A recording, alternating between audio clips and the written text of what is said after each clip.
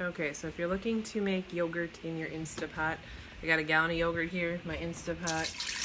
I actually let it sit to get to room temperature, but that isn't a requirement, especially if you're using the Instapot, because it's really okay. So apparently I said yogurt, I meant milk.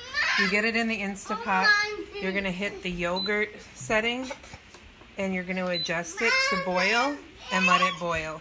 If you don't have an Instapot, just heat your milk to 165. Okay, then all you're gonna do is wait for it to boil. It'll tell you when it's done because it'll beep.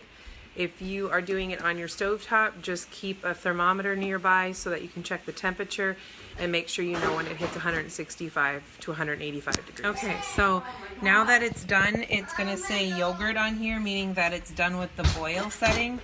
That's kind of what it looks like. It gets a film on the top. You just mix that in, and what you want to do is make sure that that comes back down to 110 degrees. Okay, so I mixed in kind of that film that was on top. Just mix it in. It's not a big deal. And then what I'm going to want to do is make sure that this comes down, and it's still pretty hot. It's at 160, so it could take a while. Or I can take it out in cold water, bath it to get it down. Last but not least, I have my starter from my last batch of yogurt. My milk is now at 110 degrees. Literally just dump that in and then slowly mix it. And then... Okay, so you're going to hit yogurt once you have your starter in there, and then you can adjust it the time-wise 8 to 24 hours, and it'll start automatically, and you're good to go. Okay, last step. It says your yogurt is done. You open it up.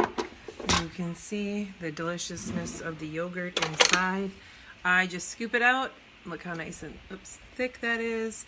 Put it into jars. If you want your yogurt to be more of a Greek yogurt, that little bit of whey that you see, that liquid there, you can strain that off and it'll be a thicker yogurt. Otherwise, you just mix it in and it's regular yogurt. Another thing to remember is to save a little bit, because if you save a little bit of the yogurt you made, whether you put it in a smaller container or just make sure you didn't flavor it at all, then you can add this as your starter next time, so you'll never have to buy yogurt again.